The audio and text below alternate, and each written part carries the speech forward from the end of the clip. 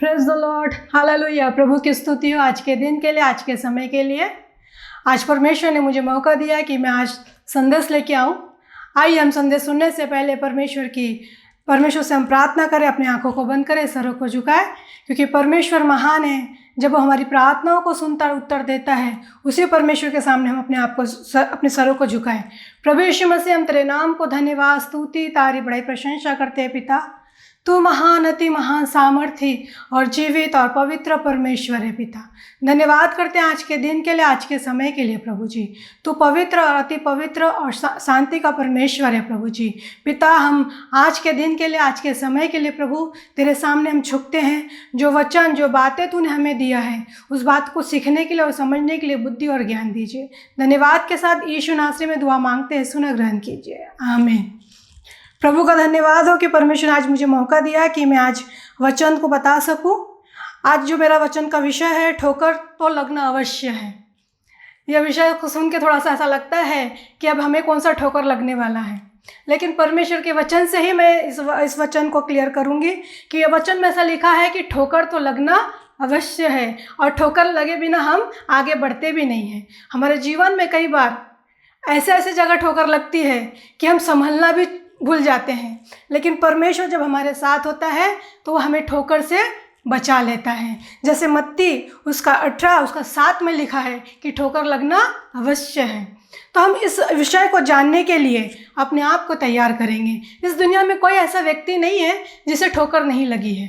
वो ठोकर खा के ही आगे आया है।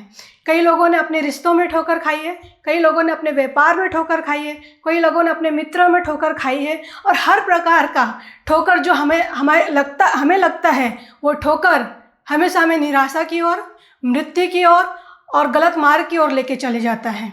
लेकिन परमेश्वर इन ठोकरों में भी कुछ हमारे लिए आशीष रखा है। आइए हम मत्ती की किताब उसका 18 अध्याय उसका 7 वचन हम पढ़ेंगे। जब वो ये वचन हम पढ़ते हैं तो परमेश्वर इसमें 2 बात हमें बताना चाहता है। वो 2 बात क्या है, हम उसे सीखेंगे। पढ़ेंगे हमारे लिए वचन। ठोकरों के कारण संसार पर हाय, ठोकरों का लगना अवश्य है, पर हाय उस मनुष्य पर जिसके द्वारा ठोकर लगती है। परमेश्वर इस वचन से हमें बताना चाहता है कि ठोकर तो लगेगा, ठोकर लगना अवश्य है, लेकिन हाय उस पर जिसके कारण लगती है। यहाँ 2 बातें हैं, 2 ऐसी बातें हैं जिसके लिए हम समझ सकते हैं कि परमेश्वर हमसे क्या बोलना चाहता है। पहली बात ये लिखा है कि ठोकर लगना अवश्य है। मतलब इस संसार में जब हम जी रहे हैं, संसार में जब हम चल रहे हैं, तो ठोकर जरूर लगेंगी। ठोकर लगने से कोई रोक नहीं सकता, ये स्वयं परमेश्वर हमें बता रहे हैं। लेकिन दूसरी जो बात है यहाँ कि हाय उस पर जिसके द्वारा ठोकर लगती है। सोचने में थोड़ा यह लगता है कि परमेश्वर 2 तरीके की बात कैसी कह रहे हैं यहाँ, लेकिन सच यही है। 2 तरीके की बात में ही सच ये है कि ठोकर लगना तो अवश्य है, लेकिन हाय उस पर जिसके द्वारा ठोकर लगती है ना। कई लोग हमें ठोकर खिला तो देते हैं, लेकिन कभी हमें पलट के नहीं देखते कि उनके जीवन में ये ठोकर खाने के बाद उनकी हालत क्या है, उनकी परिस्थिति क्या है। कई लोग ठोकर खाने के बाद मृत्यु तक पहुंच जाते हैं, कई लोग ठोकर खा के निराशा में गिर जाते हैं, और कई लोग ठोकर खा के गलत मार्ग में चले जाते हैं। लेकिन परमेश्वर ने हमें पहले से चेताया है, वचन बताता है कि ठोकर लगना अवश्य है। मैं यहाँ 2 बात को क्लियर करूँगी। 2 अलग अलग पॉइंट है, अलग अलग हम दोनों पॉइंट को क्लियर करेंगे। जैसे पहले में लिखा है कि ठोकर लगना अवश्य है। ये संसार में जब हम रहते हैं मेरे प्यारों, तो ठोकर निश्चय हमारे लिए है। हम निराश में गुजर रहे हैं, कोई प्रॉब्लम नहीं। हम ऐसा लगता है कि अब मेरा सब कुछ ख़त्म हो गया है, मैं आगे नहीं बढ़ पाऊँगा, नहीं पढ़ पाऊँगी, मेरा जीवन यही ख़त्म हो गया है, मुझे कुछ नहीं मिलने वाला है। लेकिन परमेश्वर अभी भी हमारे लिए आशा दे रहा है कि मैं तुम्हारे साथ हूँ, है ना। वचन में ऐसा लिखा हुआ है, हम देखेंगे नीति वचन हम लोग निकाल लेंगे 24 उसका 16 वचन। क्योंकि धर्मी चाहे 7 बार गिरे तो भी उठ खड़ा होता है, परंतु दुष्ट लोग विपत्ति में गिरकर पड़े ही रहते हैं।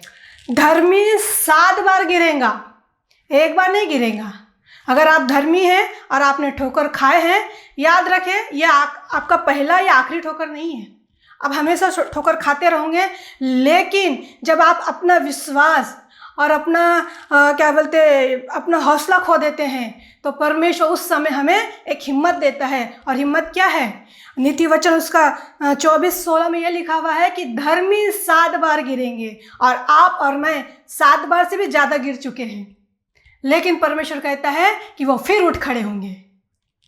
ये संसार हमारे लिए ठोकर खाने के लिए रखा हुआ है, लेकिन परमेश्वर की दया, परमेश्वर का वो मलहम, परमेश्वर का वो आशीष अभी भी हमें खड़ा करने के लिए तैयार है। क्या आप अपने साहस को छोड़ रहे हैं?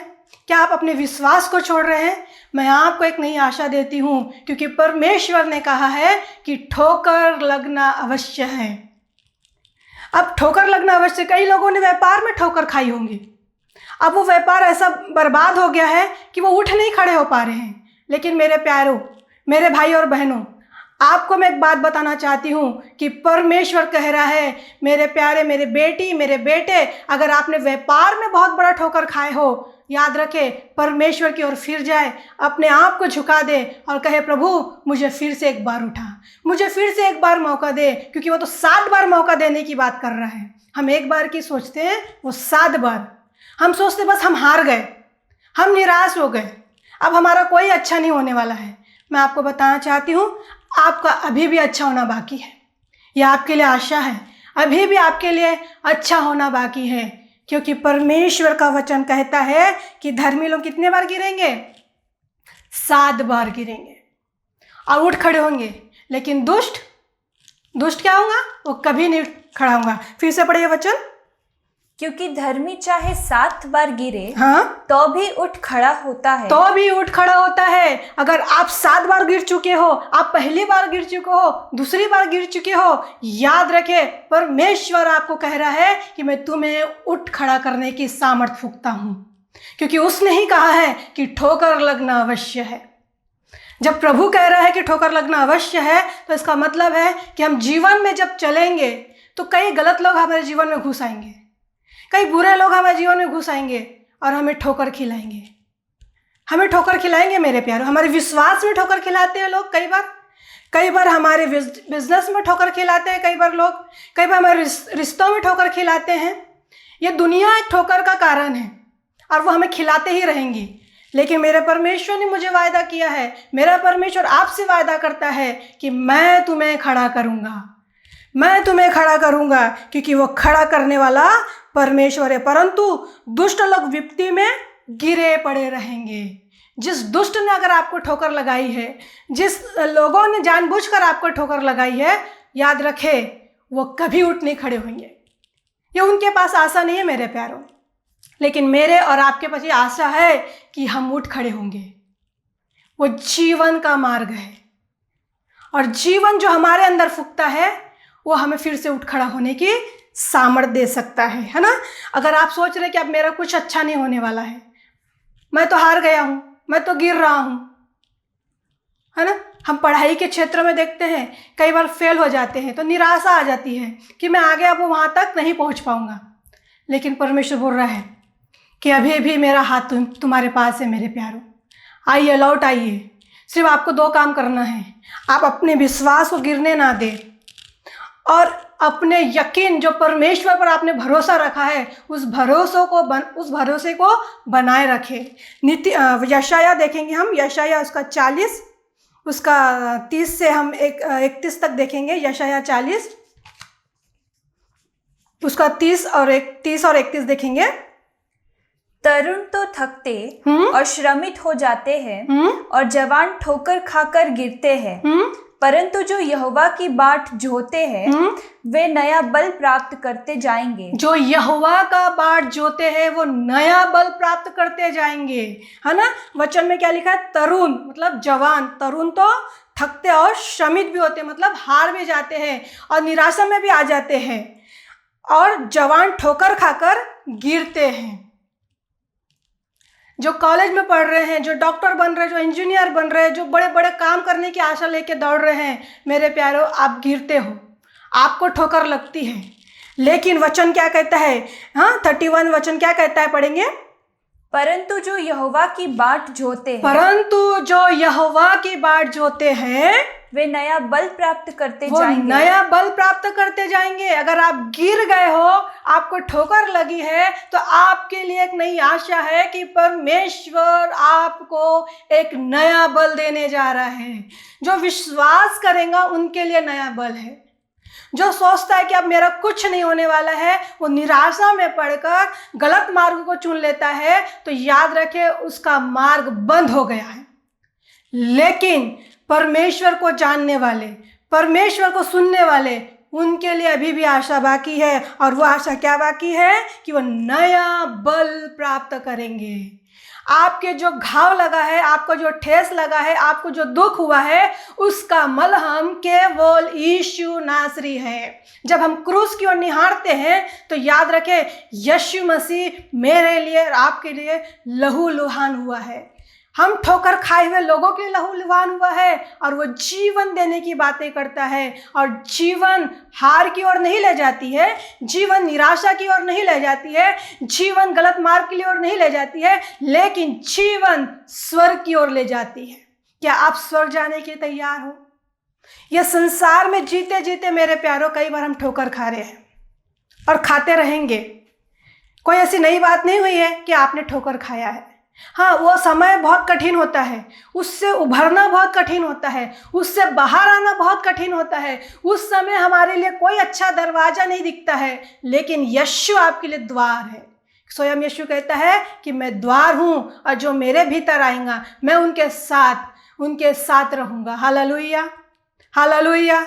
प्रभु की स्तुति हो मेरे प्यारो। हारे नहीं। 31 वचन कहता है, परंतु जो यहोवा की बाट जोते हैं वे नए बल प्राप्त करते जाएंगे। हालेलुया। क्या आप निराशा में हो? आपने डिसीजन ले लिया कि मुझे गलत मार्ग में चले जाना है, मुझे लोगों को भी ठोकर लगवाना है, धोखा करना है, और अपने आप को सीधा साबित करना है, या अपने आप को तैयार करना है क्योंकि मुझे ठोकर लगी है। ये गलत मार्ग है मेरे प्यारो। मुझे किसी ने ठोकर लगाया है तो अब मैं भी किसी को ठोकर लगा के आगे बढ़ जाऊं, ये गलत है मेरे प्यारों। हमें परमेश्वर ने मलहम का काम करने के लिए बुलाया है, नहीं कि घाव देने के लिए। आप कितने लोग हैं जो लोगों को घाव देते हो? अगर आप ऐसे करते हो तो आप प्रभु में नहीं हो, आपका उद्धार नहीं हुआ है, आप यीशु को आज भी नहीं समझ सकते हो। आइए, लौट आइए। प्रभु ने वचन में लिखा है, मत्ती उसका 18 में लिखा है, हमने अभी पढ़े 18:7 में, कि संसार में धोखा है ना? संसार में ठोकर है, और ठोकर कैसा है? बहुत दुखदायक है। अभी बहुत सारे लोगों के मन में ये बात चल रहा होगा कि सिस्टर, क्या आपको धोखा हुआ है? आपको ठोकर लगी है? आप तो सिर्फ बता रहे हैं। मैं बताती हूँ, हम इतने साल की मिनिस्ट्री में हमने सिर्फ ठोकर ही खाए हैं। हम इतने साल के जीवन में केवल ठोकर ही खाए हैं, लेकिन सिर्फ परमेश्वर है जो अपने हाथ बढ़ाकर हमें खड़ा करता है। और यह वचन कहता है कि मेरे लोग नया बल प्राप्त करेंगे। आपके आंसुओं की भी कीमत है मेरे प्यारों। वो कहता है कि मैंने आपके आंसुओं को कुप्पी में भर रखा हूँ। कुप्पी मतलब परमेश्वर के हाथ में है वो हमारी आंसू। हो सकता है हमारा न्याय लेट हो रहा है, हो सकता है हमारा भरोसा टूट रहा है, हमारा साहस टूट रहा है, लेकिन वचन कह रहा है नया बल के लिए तैयार हो जाओ, है ना? जब हम मुंह खोले तो दूजों का घाव भरे। जब भी हम मुंह खोले तो दूजों का घाव भरे। उसका मतलब ही यही है कि जब हम मुंह खोले तो किसी को ठोकर ना लगे, जब हम मुंह खोले तो किसी के आशीष का कारण बने, उनके घाव को मलहम का काम करें हम, है ना? परमेश्वर का वचन मेरे प्यारों ऐसा कहता है। निराश मत होइए, क्योंकि परमेश्वर ने इस वचन में ही क्लियर कर दिया। मत्ती उसका 18 में क्लियर कर दिया है, 7वां वचन में क्लियर कर दिया है कि मेरे लोग ठोकर तो खाएंगे।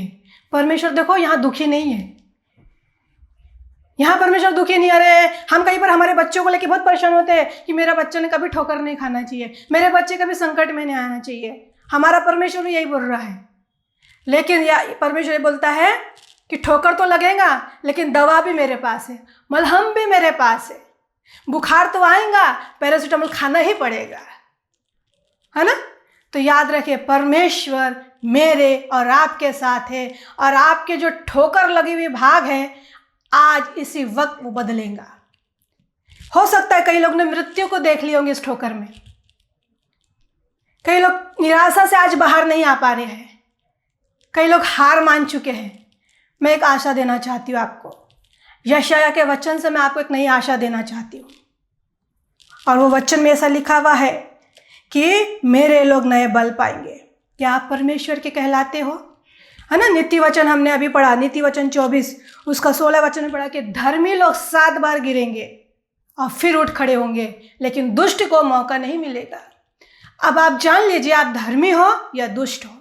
अगर आप धर्मी हो तो आप गिरे भी हो और उठ भी जाओगे, फुर्ती करोगे उठने के लिए, क्योंकि यशायाह कहता है, यशायाह की पुस्तक में कहा जाता है कि मेरे लोग नया बल पाएंगे।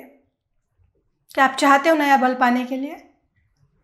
हाँ, अब जवानी में ठोकर खा लियो हो, कोई फर्क नहीं पड़ता। आइए मेरे प्यारो, फिर से इस वचन को हम पढ़ेंगे। 30 वचन से हम पढ़ेंगे।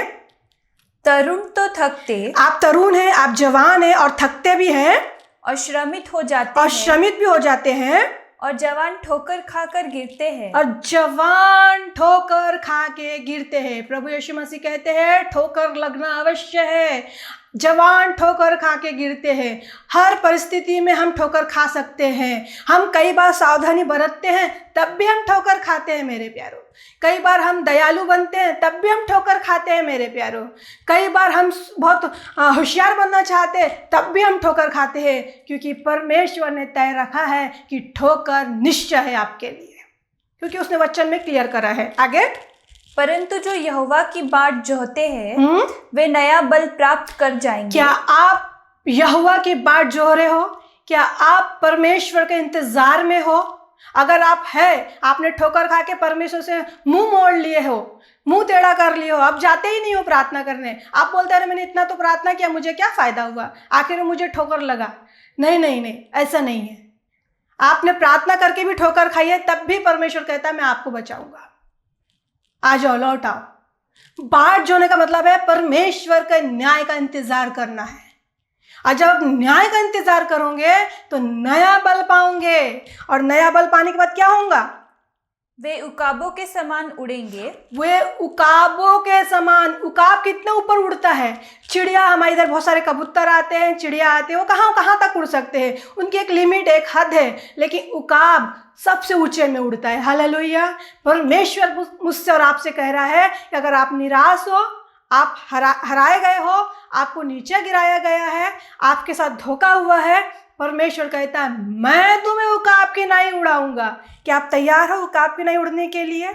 आइए अपने पंख फैला ले मेरे प्यारों। निराशा को झटके, आपको झटकना है, आपको उदास होकर बैठना नहीं है। आप सोचते हो क्या इससे अच्छा तो मैं मर जाता। यह श्राप है मेरे प्यारों। हम छोटी सी ठोकर या बड़ी ठोकर खा के मरने की बात सोचते हैं, तो ये हमारे लिए श्राप है। परमेश्वर तो जीवन देने आया है। वो तो उकाब की नहीं उड़ने की बातें कर रहा है, वो तो ऊंचे में बिठाने की बातें कर रहा है, लेकिन मृत्यु हमें नरक की ओर ले जा रही है।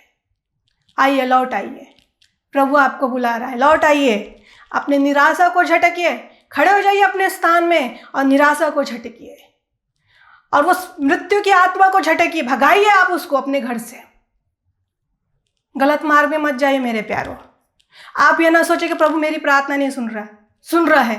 बस बाट जोइए, न्याय के लिए बाट जोइए, क्योंकि परमेश्वर आपका न्याय चुकाने जा रहा है। आगे पढ़ेंगे। वे दौड़ेंगे, वो दौड़ेंगे और श्रमित न होंगे। फिर दौड़ेंगे, जो आपको ठोकर लग के नीचे गिरा दिए थे, आपका बुरा चाह रहे थे, फिर वो खड़े होंगे, फिर दौड़ेंगे और फिर श्रमित न होंगे, थकेंगे नहीं। आगे चलेंगे और थकित न होंगे। फिर चलेंगे और फिर वो थकित नहीं होंगे। जो ठोकर लगने से हम थक चुके थे, जो ठोकर लगने से हमने गलत मार्ग ले लिए, जो ठोकर लगने से हमने निराशा को गले लगा लिए, याद रखिए परमेश्वर ने 31 वचन में हमें वायदा किया। क्या वायदा किया? कि वो नया बल पाएंगे, उकाब की नहीं उड़ेंगे, और फिर दौड़ेंगे और श्रमित नहीं होंगे और थकेंगे नहीं। Hallelujah, hallelujah. आइए, आप दौड़ेंगे, फिर से दौड़ेंगे। आइए, फिर दौड़ेंगे। खड़े हो जाइए, खड़े हो जाइए मेरे प्यारों, डरिए नहीं। शायद दुनिया ने आपका बुरा किया होगा, मेरा प्रभु बुरा नहीं करता, है ना। मत्ती उसका वचन में लिखा हुआ है, मत्ती 18 उसका 7वां जो हम वचन पढ़ रहे, मेन वचन जो है, ठोकर लगना अवश्य है ना। फिर से ये वचन को हम पढ़ेंगे। ठोकर के कारण संसार पर हाय। ठोकर के कारण संसार पर हाय। हम संसार पे रहते हैं मेरे प्यारों, और ठोकर तो लगना अवश्य है, इसीलिए संसार पर हाय कहते हैं प्रभु। ठोकरों का लगना अवश्य है। ठोकरों का लगना अवश्य है। ये कोई नई बात नहीं है, हमें नहीं लगता है क्योंकि हमें तकलीफ हुई है। जब तक हमें तकलीफ नहीं होती है तब तक सब अच्छा चलता है, लेकिन जिस घड़ी हमें या हमारे प्रिय लोगों को तकलीफ होती है तब हमें पता चलता है कि ये ठोकर कितनी बुरी बात है। लेकिन परमेश्वर कहते हैं कि ठोकरों का तो लगना अवश्य है, पर हाय उस मनुष्य पर जिसके द्वारा ठोकर लगती है। हाय उस मनुष्य पर जिसके द्वारा ठोकर लगती है। मैंने यहाँ दो बात बताई थी। हमने अभी जो पहली बात देखे थे कि ठोकर लगना अवश्य है, और ये स्वयं परमेश्वर कहते हैं। और परमेश्वर इस बात को कहने में दुखी नहीं है, क्योंकि परमेश्वर ने इसके लिए मलहम हमारे लिए रखा हुआ था। और वो मलहम क्या था कि हम धर्मी लोग 7 बार गिरेंगे फिर उठ खड़े होंगे। हमारी निराशा में आशा परमेश्वर देता है, लेकिन जो दूसरा पार्ट है, जो दूसरा भाग है, जो दूसरी जो बात है, उसमें लिखा है कि हाय उस पर जिस मनुष्य के द्वारा ठोकर लगती है। ये यहाँ पे परमेश्वर थोड़ा सा चिंतित है। हाय शब्द का इस्तेमाल हम कब करते हैं? जब हम थोड़े से परेशान हो जाते हैं, या हमारे साथ कुछ बहुत ज़्यादा बुरा हो जाता है, या हमारे साथ कुछ हो जाता है, तो हम बोलते हैं हाय, अब इसका सुधरना या इसका बचना बहुत मुश्किल है। स्वयं परमेश्वर भी यही कह रहे हैं, हाय उस पर जिसके द्वारा ठोकर लगती है। हम कैसे लोग हैं? ठोकर खाने वाले लोग हैं या ठोकर खिलाने वाले लोग हैं? ठोकर खाने वाले हैं तो परमेश्वर के पास से मरहम है, रेडी है मरहम आपके लिए, और वो लगाने को भी तैयार है, और वो हमें फिर से उकाब की नहीं उड़ाने को भी तैयार है। लेकिन जो ठोकर खिलाता है उसके लिए परमेश्वर भी तरस खाना बंद कर देता है। समझे? जो ठोकर खिलाता है उसके लिए परमेश्वर के पास तरस नहीं है। परमेश्वर उसके लिए एक दुख मनाता है कि हाय इसके लिए, क्योंकि इसने ठोकर खिलाई, है ना। मत्ती की किताब निकालेंगे, वही हम 18 अध्याय में 6 उसका 6वां वचन, 6वां और 7वां फिर से वही पढ़ेंगे हम लोग। 6 में चले गए। पर जो कोई इन छोटों में से जो मुझ पर विश्वास करते हैं, जो परमेश्वर पर विश्वास करते हैं, एक को ठोकर खिलाए, एक को भी ठोकर खिलाए, एक को भी, है ना। हमने तो रास्ते में कितनों को ठोकर खिला के आए हैं पता नहीं। परमेश्वर बोलता है एक को भी अगर ठोकर खिला, हमने तो इसको ठोकर खिलाए, वो दुखी है, हमें मजा आ रहा है, हम जाएंगे अपने दूसरे के पास, तीसरे के पास। ठोकर खिलाने की हमारी आदत सी बन गई है। लेकिन परमेश्वर न्याय लेगा मेरे प्यारों।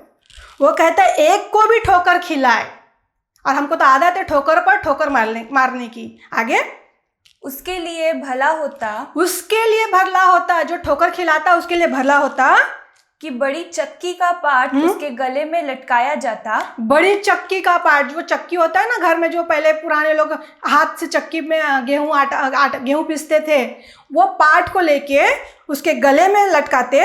आगे, और वह गहरे समुद्र में डुबाया जाता। वो गहरे समुद्र में डुबाया जाता। परमेश्वर के पास उसके लिए इलाज नहीं है मेरे प्यारों। परमेश्वर उसके लिए इलाज बता रहा है कि इसको अच्छा होता है कि इसके गले में चक्की का पाट बांध दो और गहरे समुद्र में ले जाके छोड़ दो, कि ये निकल के भी वापस ना आए। सोच लीजिए परमेश्वर कैसा है। हमारा परमेश्वर बहुत दयालु तो है, साथ में जब न्यायी परमेश्वर बन के आता है तो उसके सामने कोई नहीं टिक सकता। इसीलिए परमेश्वर 2 पहलू पर बात करता है। हम अक्सर एक पहलू पर बात कर सकते हैं, लेकिन हमारा परमेश्वर 2 पहलू पर बात करता है। चित और पट दोनों ही चलता है। आप कौन हो? ठोकर खिलाने वाले या ठोकर खाने वाले? आप अगर ठोकर खाए हुए हो तो आप परमेश्वर के नज़र में धन्य हैं, क्योंकि परमेश्वर आपको मलहम लगा के 7 बार उठाने को तैयार है। लेकिन हाय उस पर जिसने ठोकर खिलाई है, उसके लिए परमेश्वर ने एक क्या बोलते हैं, सुझाव दिया है बोला जाए, या सजा दिया जाए बोला जाए, कि उस व्यक्ति के साथ क्या करना है कि एक चक्की का पार्ट ले लेने का है, उसके गले में बांध देने का है और गहरे समुद्र में ले जाके छोड़ देने का है, कि वो वापस भी ना दिखे और फिर किसी को ठोकर ना खिलाए। एक को भी अगर हम ठोकर खिलाते हैं ना तो हमारे लिए सजा तय है ना, सजा तय है। आगे, ठोकरों के कारण संसार पर हाय, ठोकरों का लगना अवश्य है, पर हाय उस मनुष्य पर जिसके द्वारा ठोकर लगती है। हाय उस मनुष्य पर जिसके द्वारा ठोकर लगती है। मेरे प्यारो, हम मसीह में तो बहुत है, भीड़ है। क्या आपका पूरा उद्धार हो चुका है? जिसका पूरा उद्धार हो चुका है वो अपने आप को चेक करे, कहीं मैं किसी को ठोकर तो नहीं खिला रहा हूँ। पैसे के लालच में, रिश्तों के लालच में, व्यापार के लालच में, अपने आप को बड़ा बनाने के लालच में, उसको छोटा करने के लालच में, है ना, अपने पद का गलत, अपने पैसे का गलत फ़ायदा उठा रहे हैं। ठोकर तो नहीं खिला रहे हो। अगर आप ऐसा कर रहे हो तो अभी आपके पास मौका है, आइए, लौट आइए, क्षमा मांगे। कहीं ऐसा ना हो कि परमेश्वर वो चक्की का पाट हमारे गले में डाल दे और गहरे समुद्र में ले जाके छोड़ दे, और जब छोड़ेगा तो वापस आने का मौका नहीं मिलेगा। तो अच्छा होता है कि हम किसी के ठोकर के कारण ना बने। अच्छा है कि हम ठोकर खा ले। हमारे जीवन में कई बार ठोकर आती है, हमारी भलाई के कारण ठोकर आती है, और कई बार तो गलतियों के कारण भी ठोकर आती है। लेकिन गलती के कारण ठोकर आती है तो हमें अपनी गलतियों को ढूंढ लेना चाहिए कि हम यहाँ गलत थे, तो परमेश्वर दया करेगा। लेकिन अगर आपकी भलाई के कारण आपके ऊपर ठोकर आई है तो ना डरें, ना डरे मेरे प्यारे, क्योंकि परमेश्वर आपको नया वायदा दे रहा है कि मैं फिर से तुम्हें खड़ा करूँगा, फिर से नया उठाऊँगा। लेकिन अगर आपने सिर्फ अपने स्वार्थ के लिए लोगों को ठोकर दिया है, अपने स्वार्थ के लिए किसी को झूठ और चालाकी से फंसाया है, या आपने किसी के बिजनेस को हड़प लिया है, किसी को धन संपत्ति को हड़प लिया है, ठोकर खिला के, झूठ बोल के, याद रखे परमेश्वर वो पाट तैयार कर रहा है, वो चक्की का पाट तैयार कर रहा है आपके गले में डालने के लिए। और फिर जब स्वयं परमेश्वर डालेगा तो उसे कोई नहीं बचा पाएगा। परमेश्वर दो बातें कह रहे हैं यहाँ, ठोकर लगना तो अवश्य है, लेकिन वहाँ चिंतित नहीं है प्रभु। लेकिन परमेश्वर जब हाय बोल रहे तो मतलब निराश है परमेश्वर, तरस नहीं आ रहा है परमेश्वर को उन लोगों पर जो ठोकर खिला रहे हैं, जो ठोकर खिला रहे हैं ना। हम देखते हैं प्रभु ने यहूदा इस्करियोती के बारे में कहा था कि तेरा जन्म लेना भी अच्छा नहीं है, तू जन्म ना लेता तो अच्छा होता था। क्यों प्रभु स्वयं अपने मुंह से कहते हैं, यीशु मसीह। निकालेंगे मरकुस उसका 14 उसका 21 पढ़ेंगे। क्योंकि मनुष्य का पुत्र तो जैसा उसके विषय में लिखा है जाता ही है, वो जाता ही है, क्योंकि उसके विषय में लिखा था कि वह हम मनुष्य जातियों के लिए क्रूस पर चढ़ेगा और अपने प्राण को देगा, जिसके कारण हम जीवन पाएंगे, जिसके कारण हम उद्धार पाएंगे, जिसके कारण हम स्वर्ग पाएंगे।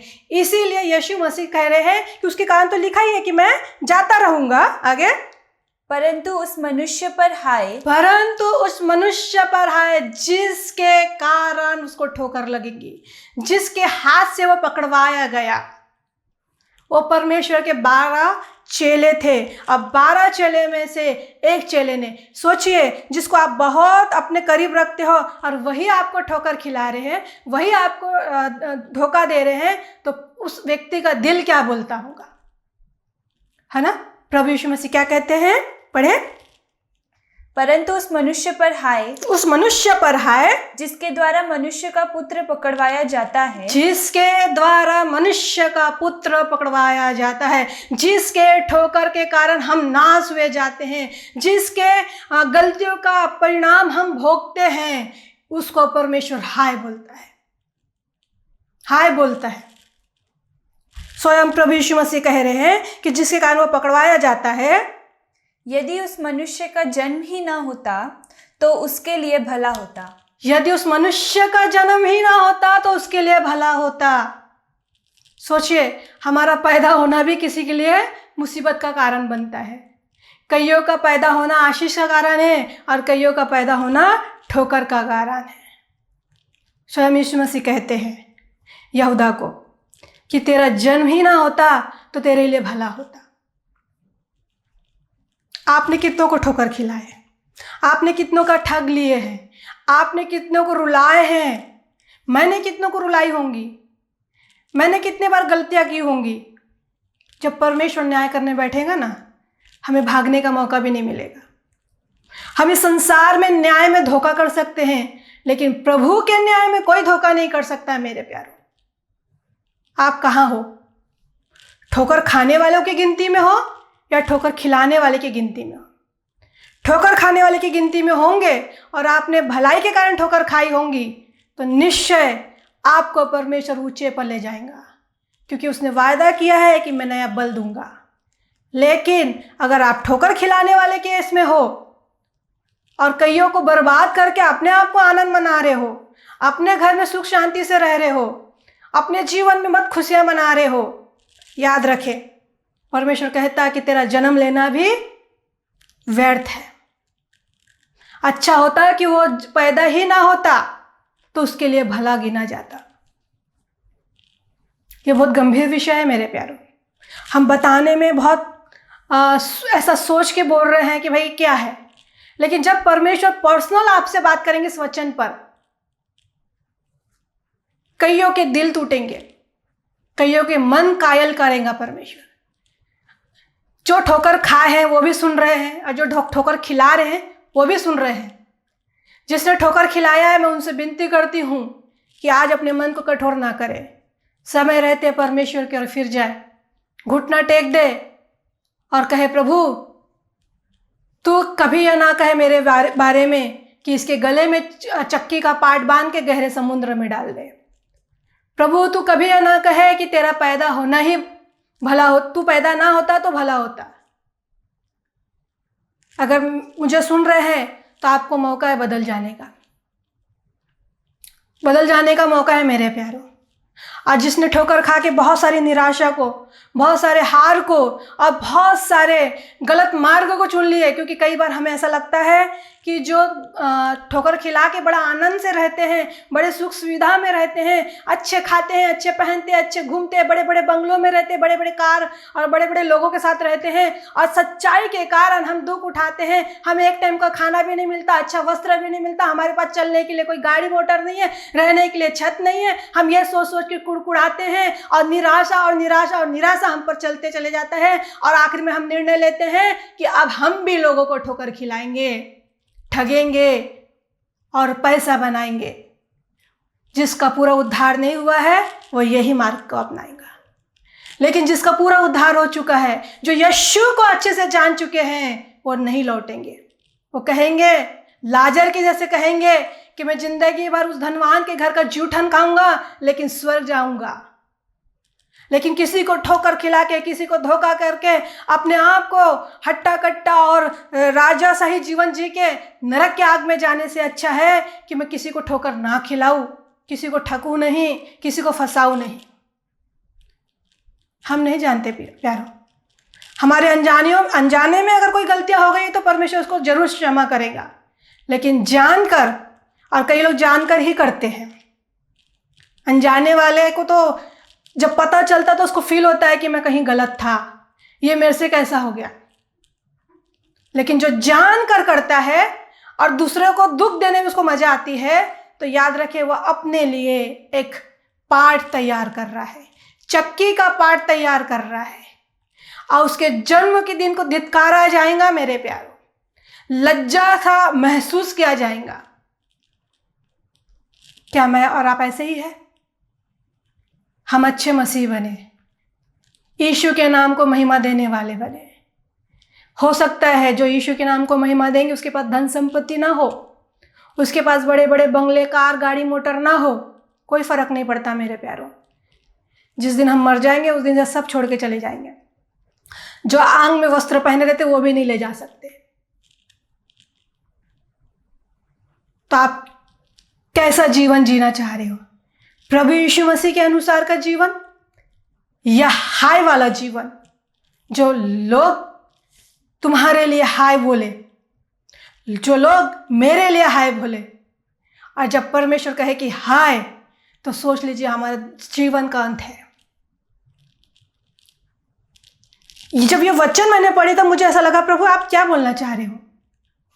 ठोकर लगाने के लिए आपको अच्छा लग रहा है। जब इंसान एक ठोकर खाता है वो बहुत परेशान हो जाता है, निराश हो जाता है, लेकिन आप उसके लिए इतने दुखी नहीं हो। लेकिन हाय उस पर जिसके कारण ठोकर लगती है, उसके लिए आप दुखी हो। तब जब मैं इसको अच्छे से पढ़ी तब मुझे पता चला उसके लिए हाय क्यों बोल रहा है प्रभु, और उसके लिए हाय क्यों नहीं बोल रहा जिसको ठोकर लग रही है। क्योंकि उसके लिए मलहम तैयार था प्रभु के पास कि मैं भाई तुझे तो संसार में के घाव तो लगने वाला है, और यीशु का मलहम तुझे चंगा भी करेगा, जीवन में ले जाएगा। इसलिए तेरे को हाय की ज़रूरत नहीं, तुझे तरस की ज़रूरत नहीं है। तरस की ज़रूरत तो उस व्यक्ति को है जिसने ठोकर खिलाया है।